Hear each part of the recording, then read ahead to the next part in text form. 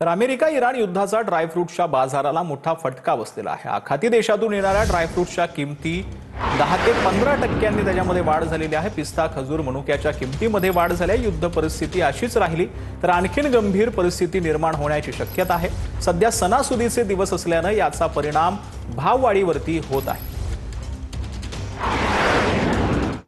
Gulf कंट्रीमधनं येणारे जे dry fruits आहेत, खजूर म्हणा, काळा मनुका म्हणा, अंजीर म्हणा, पिस्ता म्हणा, हे मोठ्या प्रमाणात येत असतो तिथून। आता त्याचा होलसेल आणि इम्पोर्टच्या मानाने याचा पूर्वतयारी 2 महिन्या अगोदर होत असते, तर त्या मानाने 4 महिन्याचा साठा भारतामध्ये आहे। पण तरी पण जी युद्धाची कंडिशन दिसत आहेत, ज्या मानाने युद्ध लवकर संपणार नाही अशी पूर्वचिन्ह दिसत आहेत, तर त्या मानाने 10 ते 15% तर दरवाढ ऑलरेडी झालेली आहे। आणि जर युद्ध लांबला गेला आणि जर महिनाभर लांबला गेला तर त्याचे 25% 30% दरवाढीचे परिणाम होऊ शकतात।